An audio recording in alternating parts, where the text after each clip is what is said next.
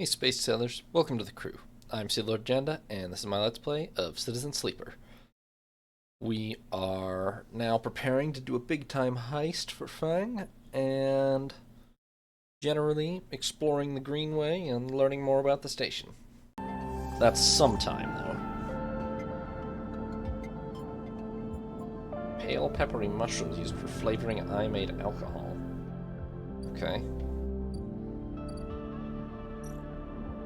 No, these guys left again. Oops. Those guys aren't even here. There's no good place to get scrap then, other than out there, maybe. Crikey, we gotta prioritize something here. Feng would be honestly the most logical thing.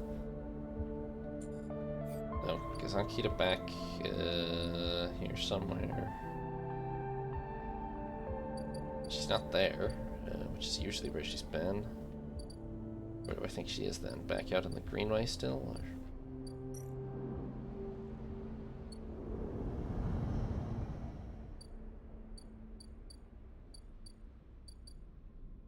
Or... Oh, yeah, the ambergris is parked here now. Oh. Amber is docked here at a rickety old jetty, but she's sealed up. A note says, "Sleeper, stay. I'll be ready soon." 2 cycles. Oh yeah, Feng. One more cycle. Good grief, man. Get your shit together. Okay.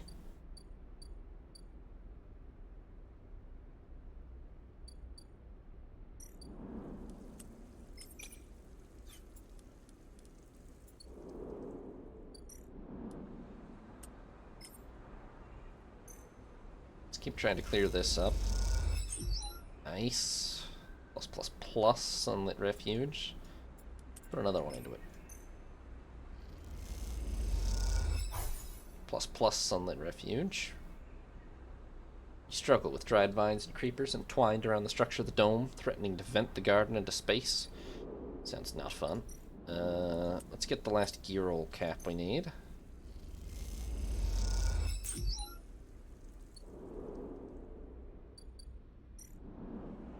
Let's put a little something into helping these guys out. Nice, we're halfway there already. So that's decent progress. Now let's see, with this last one we can do a bit of hacking, potentially.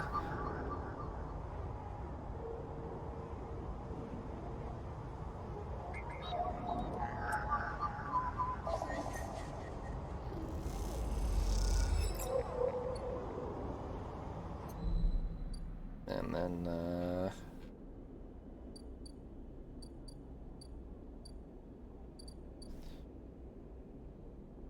oh, right. Yes. Memphis. I have your gear roll caps, fresh and firm. Gear roll fricassee. Memphis eagerly takes the bright yellow gear roll caps. He seems pleased with them. Okay, now I gotta wait 3 cycles. Memphis is working on gathering the ingredients, preparing the mushrooms. He doesn't like to rush these things. Okay, okay.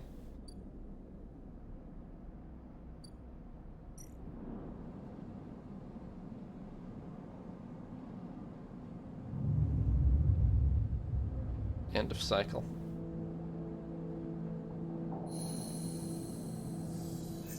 Starving. Yes, we don't have forever on that.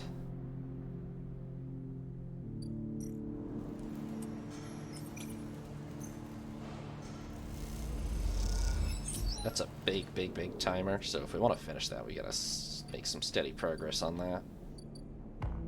Similarly, we're gonna want to put something somewhat steady into this, I think.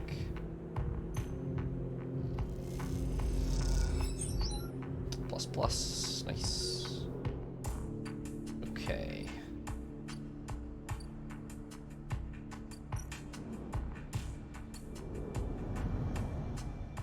How are we doing here?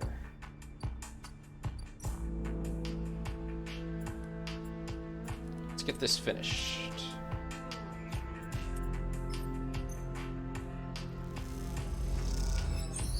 Layers and layers of rotten mulch come away from the corroded metal, and among it, pale and delicate, you find a bird's skull. And now, the old growth of the aviary has created a rich medium into which you can plant the spores from the groves. They'll grow well here. The moist corners of the aviary make the perfect beds for the spores. Once they're filled, they can be left to grow. But I can't plant the seed here, huh?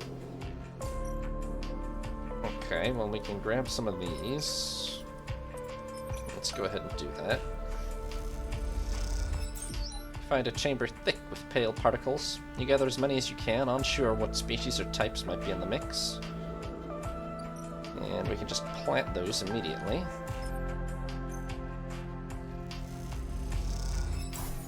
Germinate those bad boys. You extract the spores from the sample print and mix with water, then inject them into the prepared mulch. It is precise work. Oh, I thought this was going to be a timer once I planted them. I just need to get 3. I see. Okay, well. Oh, Feng. You're finally ready to talk. When you enter the service dock, Feng is already set up, crouched among stacks of equipment. He's leaning over a terminal bathed in a blue glow. He looks totally at home. Sleeper, what do you think? Turns out not everyone at Havenage is set against me. A couple of my old systems pals managed to ship me some of my old gear. He gestures at the pile of blinking hardware. Hey, the mess is here. Feng laughs. Don't question the process, Sleeper. What are we looking at? One massive smoking gun. He raises his eyebrows. Feng beckons you over. He has a set of scans of the wastes on his terminal with heat maps of activity overlaid. A chunk of the derelict rim is blotchy with bright red and orange marks. Does this look like a wasteland to you? Feng shakes his head. There's hundreds of Conway machines out there all lined up in concealed hangars and a whole underground facility to support them. Hardin's got a crew out there putting them together. They must have shipped them in piece by piece through the shipyard ready for assembly out here. Machines? That's Conway's whole thing. Remote-operated vehicles. Drones, cutters, salvage haulers, the full set. Maybe Hardin masked this whole thing as an effort to clean up the wastes, but there's no way this is about pulling scrap off the eye. Feng looks worried. And why's Conway in the mix? I bet no one at Havenage knows another corporation is setting up on the station. They aren't stupid either. These scans are the best info I can get. The wastes are cut off from the eye's cloud of networks, and the Greenway is in a total dark zone. No data can come in or out. We can't hack them? We can't from here. He turns and winks. That's why I'm going to pay them a visit. Ow. You forget Havenage come in and out of there all cycle. I should be able to get in as long as no one I know sees me. Grimaces playfully. But I need you on the outside to help disable security systems and cut me a pathway through. There's no cloud access, but if I can get inside, I can open up nodes in their network and we can work in tandem. It's a massive facility buried deep down there.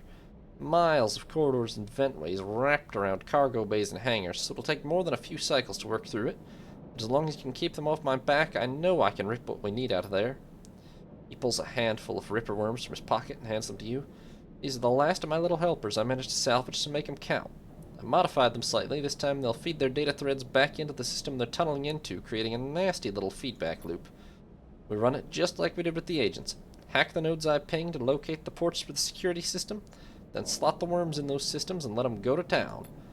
He points to a fuzzy silhouette of the buried facility on the terminal. Here's the entryway. This is where you can get access and slot the first worm. That'll fry their perimeter systems and get me past the first cordon. What I need from you is to keep your eyes on the facility after you kick things off. You see me pop up a security system, a server bank, you need to break in and slot a ripper to disable it as soon as you can. And if I don't, Feng gives you a hard look. You miss a system, you wait too long, they're gonna find me. Simple as that. He claps you on the shoulder. I need you focused on this one, so I'm gonna let you fire the starting gun. I won't go until you slot that first worm. I'll leave a tracker running on the terminal here, so come back here if you want to see my progress. He affectionately pats the top of the screen. Alright, I got it. Don't worry, you can run rings around their protocols. I've seen it. Feng gets up. It's all in place. You just need to make your own preparations, then slot that worm. He stretches. Just don't wait too long. I'm getting bored of all this sneaking around. Once I'm inside, I'll get the proof we need to end this whole thing, no matter what. He crouches to check on the terminal. We can't take longer than 6 cycles on this thing. Remember that. He stands up. Oh, and one last thing. He lowers his voice. if I get caught, or you can't reach me, or we run out of time, there's one thing I need you to do. What? You take whatever I've managed to pull at that point, all that data, and you slot that stuff straight into the relay I've set up here. He points to a pile of servers and terminals hooked into the dock with cables as thick as your arm. I repurposed the dock's SOS broadcast system to beam out whatever you put in it.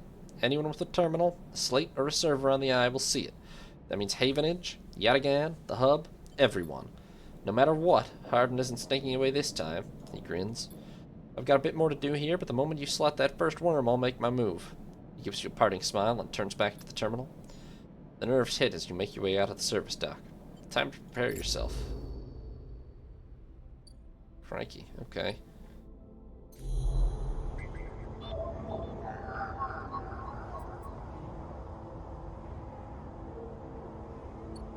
I guess tomorrow, once we get a fresh set of dice, we'll go for it.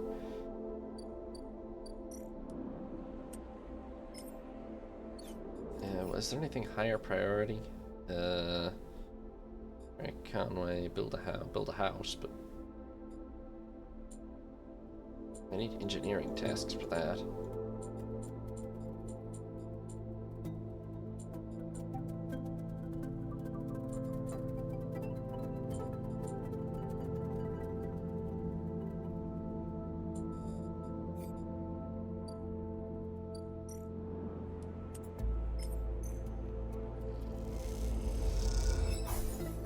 Plus. The dirt of the beds is rich. How'd the commune manage to establish such a good biome here? You wonder on it as you work.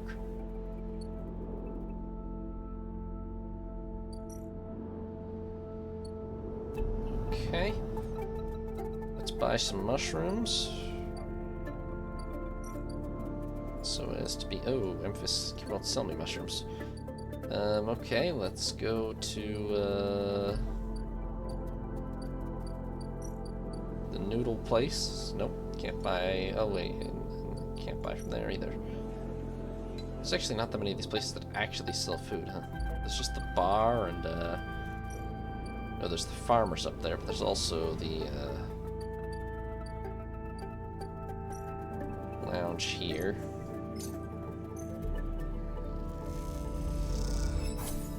Spacer food is a slurry of modified compounds and vitamins laced with a dose of algae. It's effective nutrition, but little else.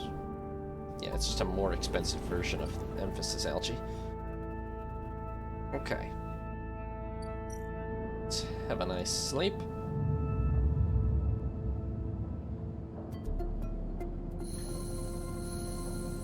We'll have a full set of dice. Not a great one, but not a terrible one. That's, he said 6 cycles, right? So, like, it's not all one. Oh, Akita, too.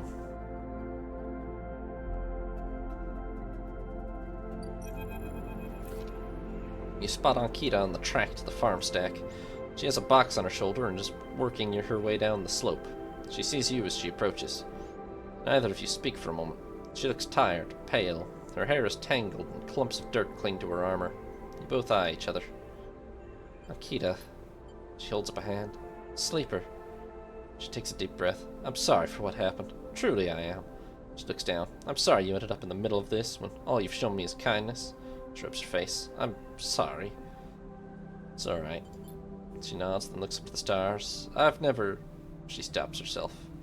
Thank you. Ankita shifts the weight of the box on her shoulder.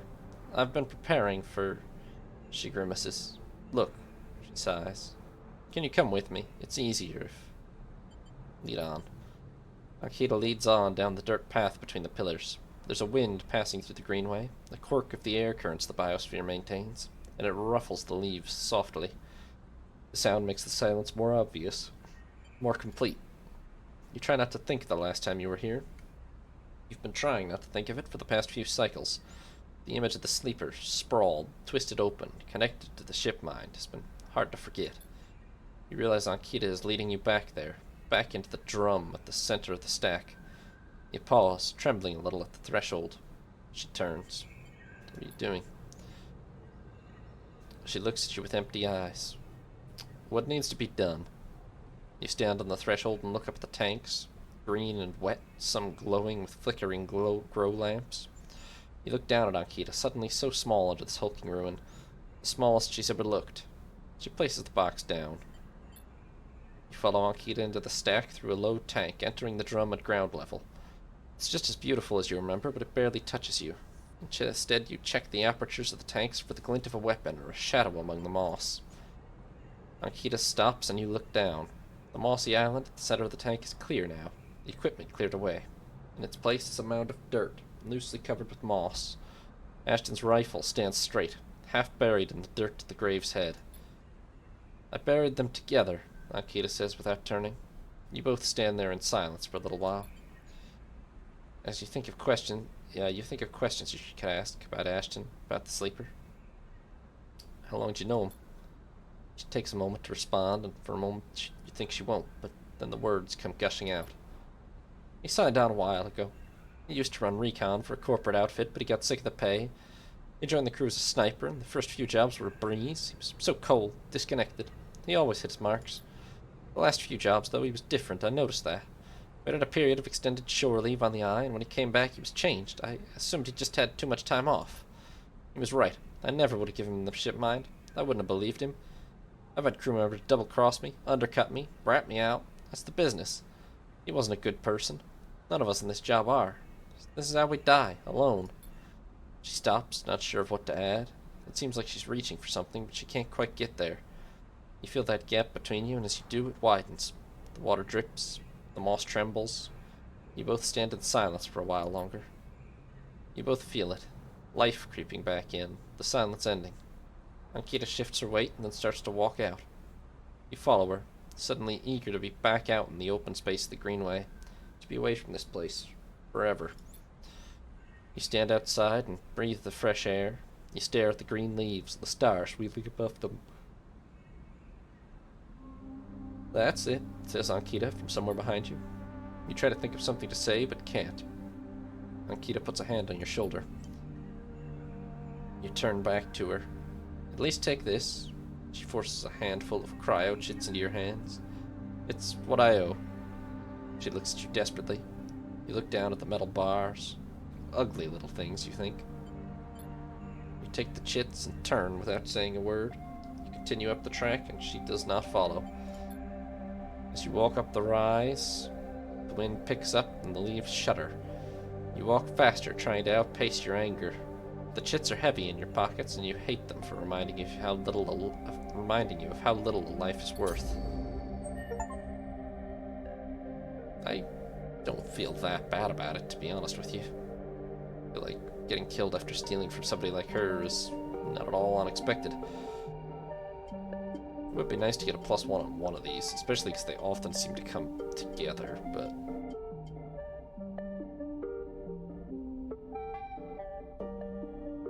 I can get a +1 on Endure quite easily, I guess. I'm gonna get the... Oh, I need 3 for that. You know what, let's grab this. Yeah. That will just be nice to have, I think. Okay, now... Not here. Although I am tough enough to actually try this now. Not easy, but... Although then again, I can get scrap, so...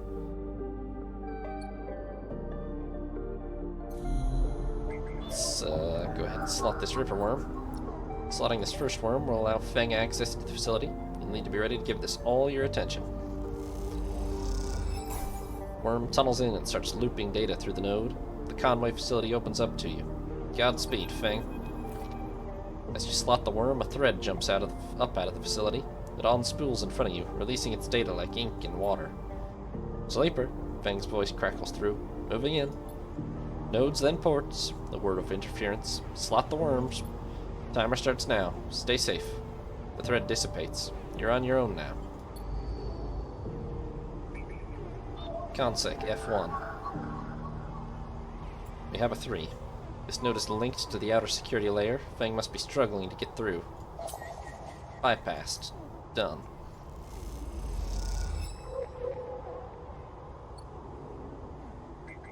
Consec port F. First layer of security. A ring of doors around the central facility. Time to open them up. The Ripper Worm creates its feedback loop, overloading the security system. Boom. Consect S1 and S2. This needs a 4 or a 2. I don't have either of those. This needs a 5 or a 3. Well, 5 it is. The inner S-layer security is more complex. One access point won't be enough to locate the port. There's one. I don't have a 4 or a 2, so hopefully... I mean, it has to be exact, right? 5 doesn't do anything for me. Yeah. Okay, that's all we can do for today. My understanding is I have more or less 6 days to achieve this, so hopefully, yeah. Hopefully we roll a 4 or a 2 tomorrow. We should. Okay, what else? What else? Oh, let's, get the last spores we need here. And plant them in our aviary.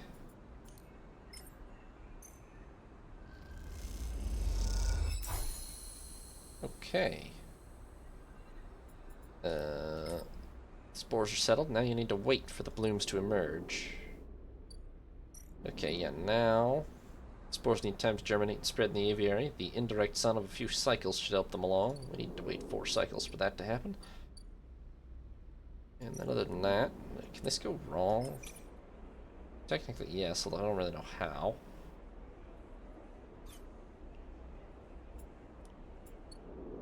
We should probably just use them for hacks.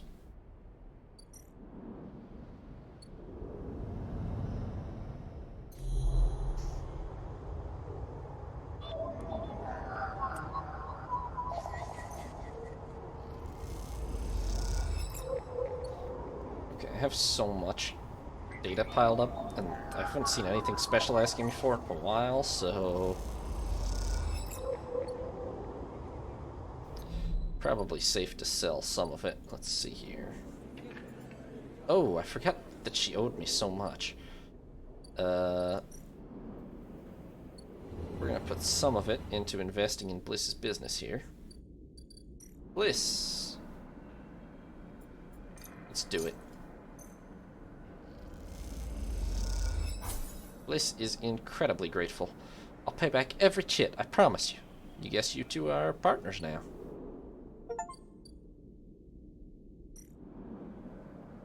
Bliss is bidding on jobs at the hub. It'll take a few cycles and some perseverance before one comes in. Okay.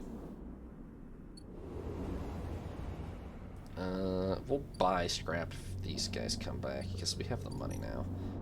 They won't be back for a couple more cycles. At this point, I don't even really have anything at this moment to actually spend cryo on.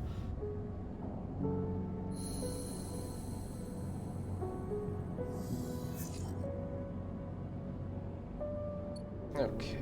Oh, that was an ugly series of rolls.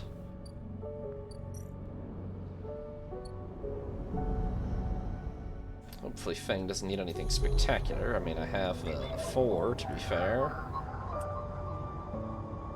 Let's put the 2 in, I guess. That's easier.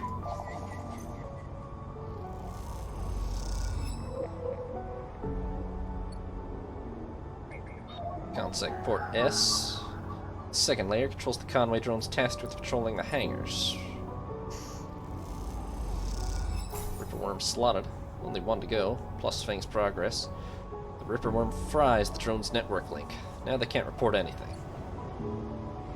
Oh boy, 3 more, huh? Let's see here. This node is buried deep in the wastes. This has to be the final security layer. Hold on, Feng. Need a 6 or a 5. How many nodes are on this layer? You've never seen such tight security before. Need a 5 or a 3. And 3 nodes to locate the final port. Then Feng will be in. Not much time left. Need a 4 or a 5. I can crack 2 of them this turn. 3. I'm going to assume this is plot critical enough that it's intended to be doable for someone who hasn't put a lot of points into interface. With the second interface perk that gives us 2 options, it becomes slightly quite doable, I think. There's 2 out of 3. As long as we roll a single 5 or a 6 next time, we'll be in. Okay, what else?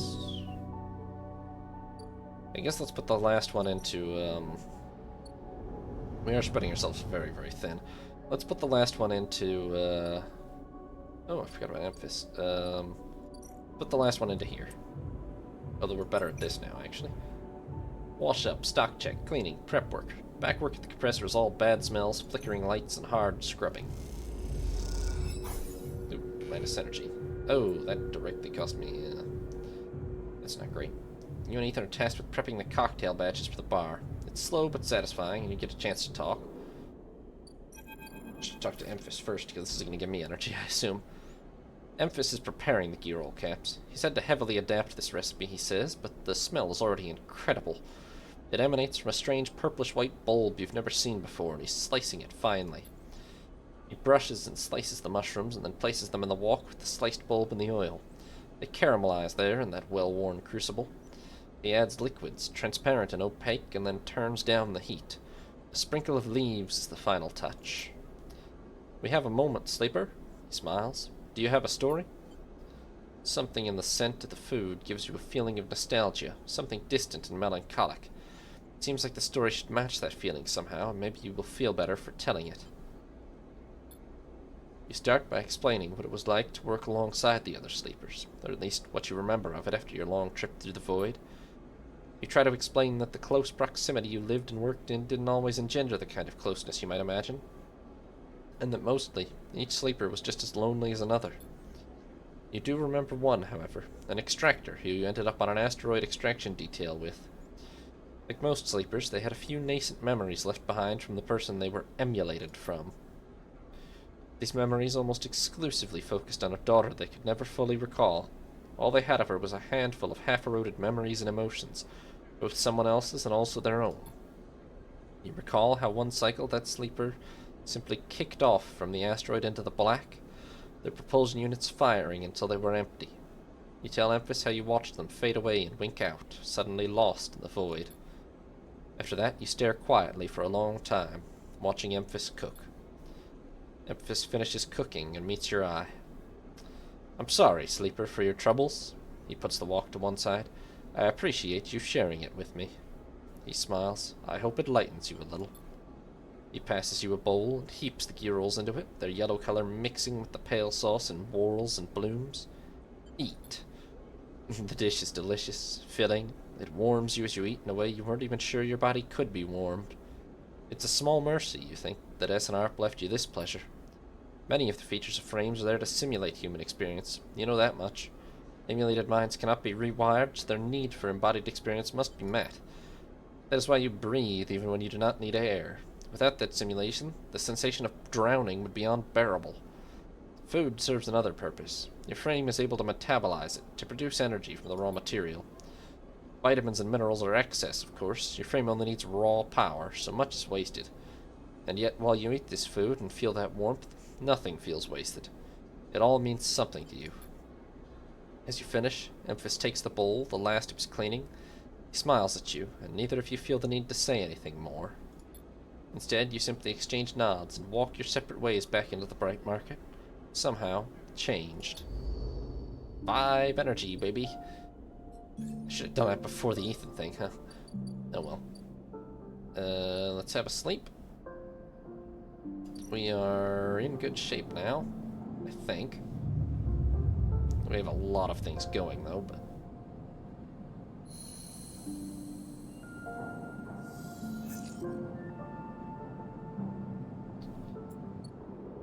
Oh god, we did not get the roll we needed this cycle, though. That's bad. That is not good, no. Well, let's help out here.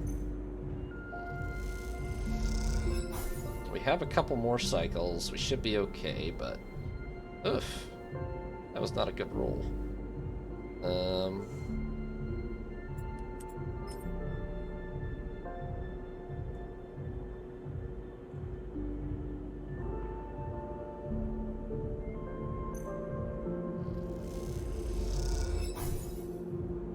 Ouch. That was not a good couple of rolls.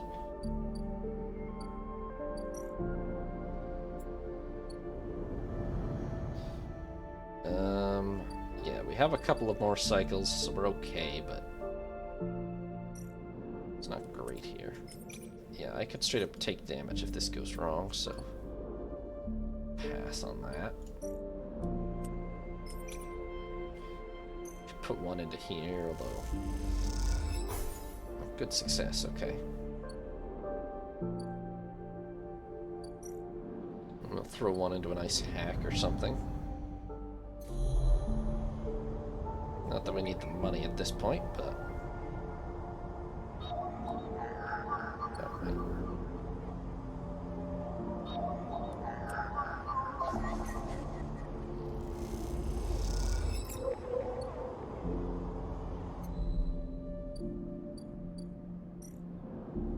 This time is ticking pretty fast.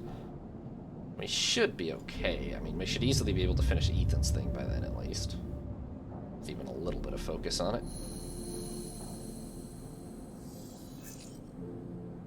There's a 5. Wait, what? Oh! Hey. The quiet voice greets you as you leave. Sleeper, it's me. Moritz? Oh, Bliss's assistant. Do I know you? Moritz, he pauses. I work for Bliss? He rubs the back of his head. You are not an easy person to find. I move around. Moritz holds up his hands. Hey, no judgment. It's cool. You both stand there for a moment, each waiting for the other to speak. So... yeah, well, Bliss needs you. A job just came in, a real big one. She's asking for you to come up and help her out. He nods sagely. I'll be right there. Nice, yeah. Moritz stands there for a little while, not sure if the message is delivered. I've got it. Cool, cool, cool. He looks around. Bliss just likes me to do a thorough job, you know? He rubs his hands together before burying them in his jacket pockets. See you, sleeper. Moritz ambles off down the corridor, kicking at a filter cap on his way out. Time to head to Bliss's Bay, then. And I will, but first... Give me some of that fungus. Oh, another recipe, huh, Emphas? Now he needs matsutake caps. For broth. I will get on it. But first things first...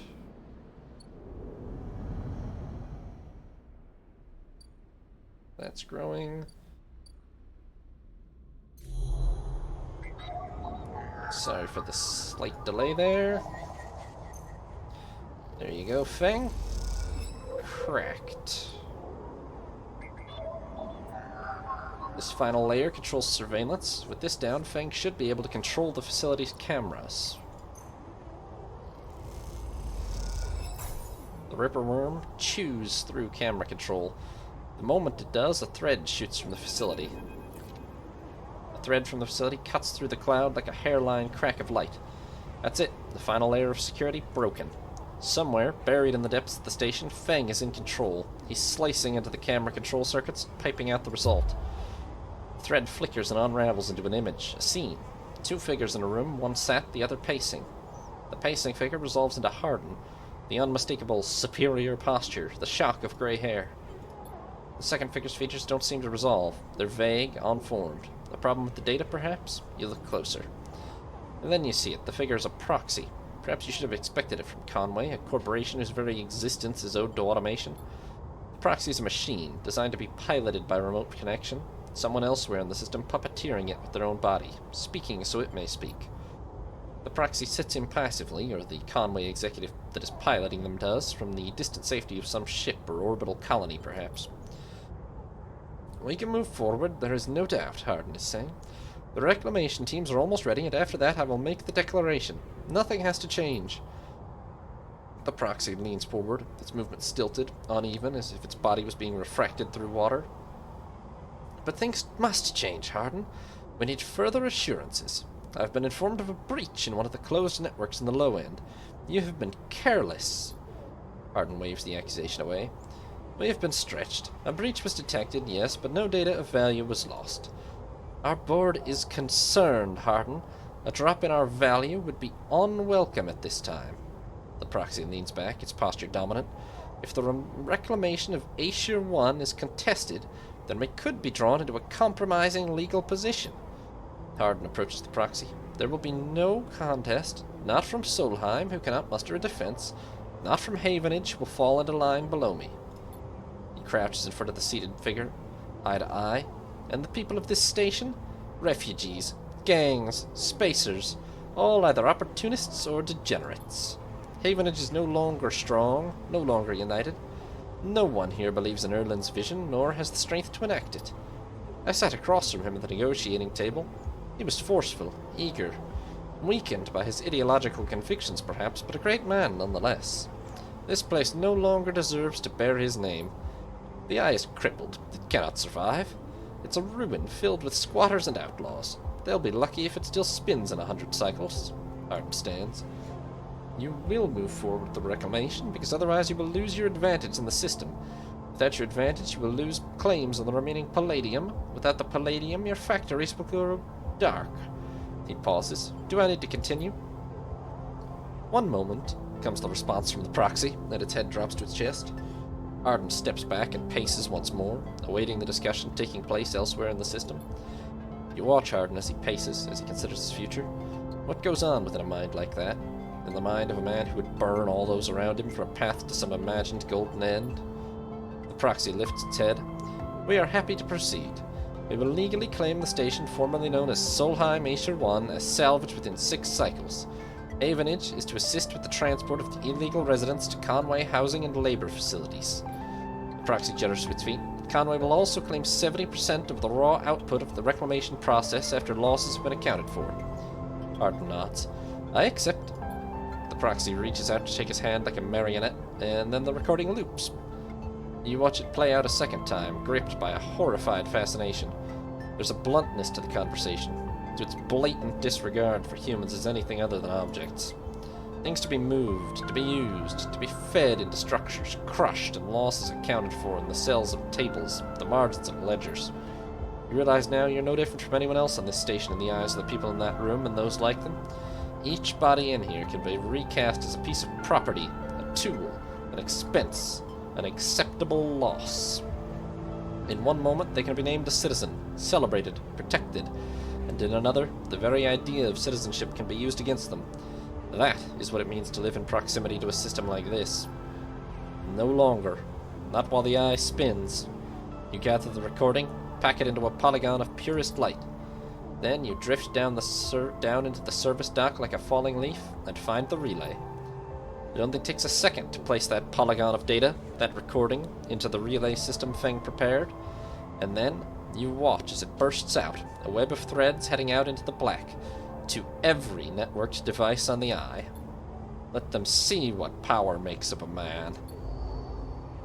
Yeah, that might have blown some stuff up. Icebreaker. I just got the achievement. Cracked the toughest security system on the eye. Hell yeah. Honestly, it wasn't that hard. We had like 3 days to spare. I'm gonna save up for this now. Thanks for watching, Space Sailors. Hope you enjoyed. New episodes will be up every other day, or you can watch live on Twitch. If you did enjoy, consider leaving a like or subscribing, and have a nice day, Space Sailors. This is Sea Lord Janda, signing off.